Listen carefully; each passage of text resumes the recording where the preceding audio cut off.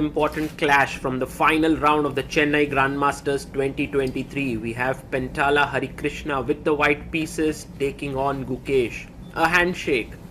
And why this game is so important? Well, it's because if Gukesh manages to draw today or win, he would top the FIDE circuit leaderboard, and that would be a huge movement for him towards his candidate spot. Hari opens the game with d4 and Gukesh responds back with d5. What opening is Gukesh going to choose? Because on one hand, a draw is enough to top the FIDE leaderboard, but a win would mean a clear first in this tournament because he's half a point ahead of the field.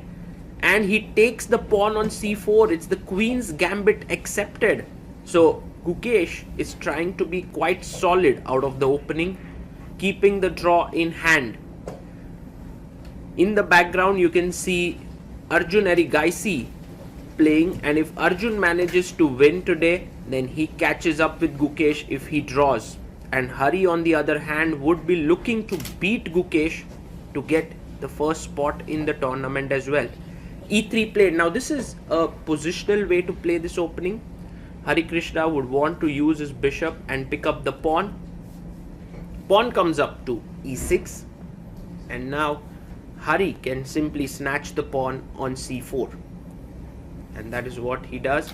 He takes the pawn, and it's a common way to play. Gukesh plays a6. Now with this move, you are taking control of the b5 square. Later you want to go b5, also push c5. Hari Krishna castles,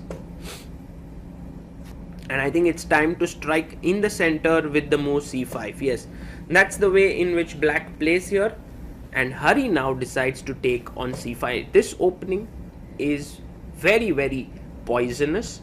It was played by Vidit Gujarati against Predke in the last round of Isle of Man to score a win. With the white pieces, you can see there black lets white take the queen and also spoils his castling rights, but it doesn't really matter because the king will be well positioned on the e7 square. Hari comes back with the bishop on e2, and one of the main reasons is that you want to keep this square empty for your knight, and you are waiting how to develop. You can see Hari Krishna gets his knight out to d2, and later on the knight can look at the a5, b6 and d6 squares.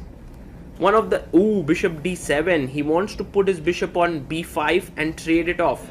One of the important things to note in this opening is where this bishop goes. It's a key piece. Rook d1 played, and this is slightly unusual. b3 is the main move.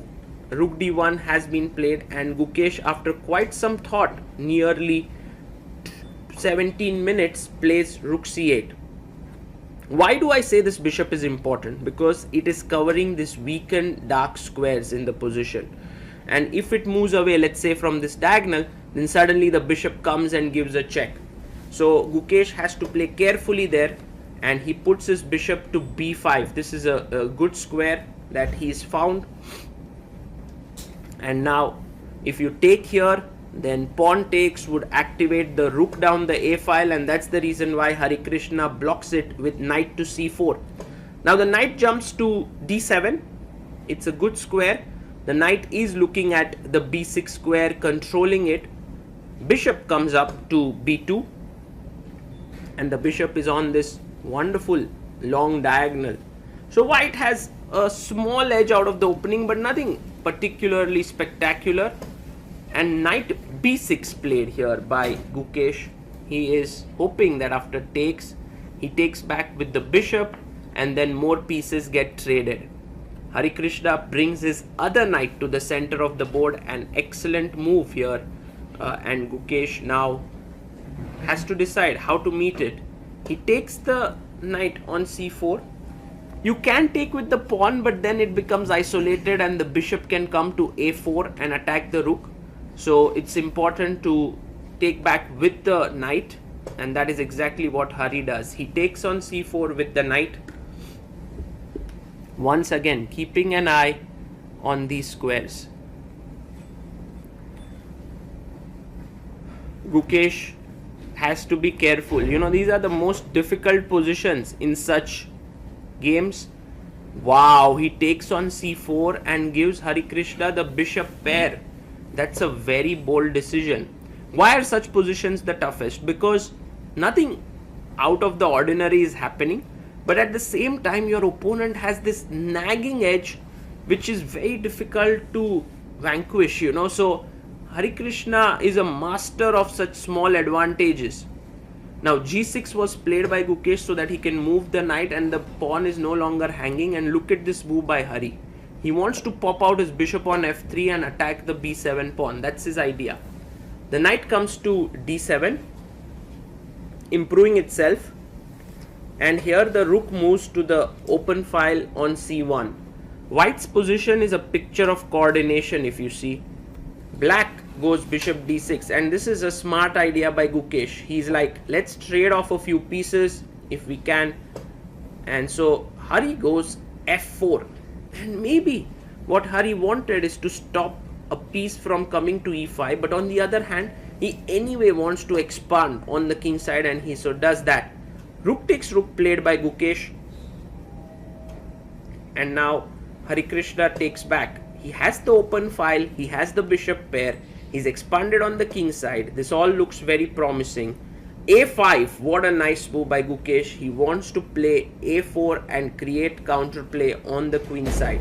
Hari says, nothing doing, I'm actually putting my bishop here, stopping your pawn from coming forward. Gukesh brings his knight with two ideas. One is to push the pawn to a4, the other is to trade it there with rook c8. g3 played. Maybe another possibility was to go g4 followed by h4. He plays g3. And now will Gukesh push his a pawn here? No, he's being very solid and being very careful. After all, a lot is on the line in this game. So he goes rook c8 and wants to trade it off. And Hari now decides to push his e pawn. This is a nice move by Hari Krishna, because his king can now start coming up the board. He can slowly expand on the king side. Gukesh plays f6, a little circumspect move there, putting his pawn on f6, and it's time to bring your king in. Like the slow hand of death, Hari Krishna is making his moves, and Gukesh needs to be very, very careful. Takes the rook, and now will Gukesh next push his pawn to e5. It might be a very risky move, because after the bishop takes here, and if pawn pushes to e5, thereafter takes, the position opens up, and that's not what you want for the bishop. So bishop c5 check played, and now if Hari plays here, then this would end in a kind of drawish position. The knight is equal to the bishop. That's the reason why Hari Krishna moves his king up and keeps the bishop pair right now. Knight c8. This is a nice move. He wants to get his knight to d6, and Hari has to be careful on what he does next. One of the ways is to just simply start playing with g4, keep expanding on the king side. But Hari Krishna makes a committal decision. He plays e5. With this, he takes away the square for the knight, but he's also committed his pawns, and generally you don't want to commit it too soon. Now Gukesh also pushes his pawn to f5, and now things have changed a bit, because if you trade the bishops now, which Hari seems likely that he will do, he's hovering his hand over the bishop. Yes, if you trade now, then suddenly this knight is very passive and the king can start entering this side. So clearly you shouldn't be trading here. Gukesh, with just 14 minutes on the clock, has a difficult decision to make, but he makes the right choice. He plays his pawn to b6. Fantastic move. Now why is this fantastic? Is because after Hari takes, you have isolated both of your pawns here, but the knight will settle on this beautiful square here and will control all the other squares in the position.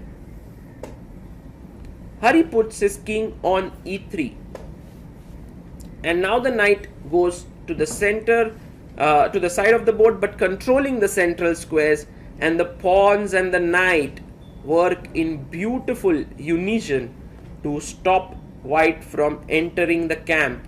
Fantastic chess here shown by Gukesh, and a nice understanding also. And it doesn't seem like Hari would be able to make progress here.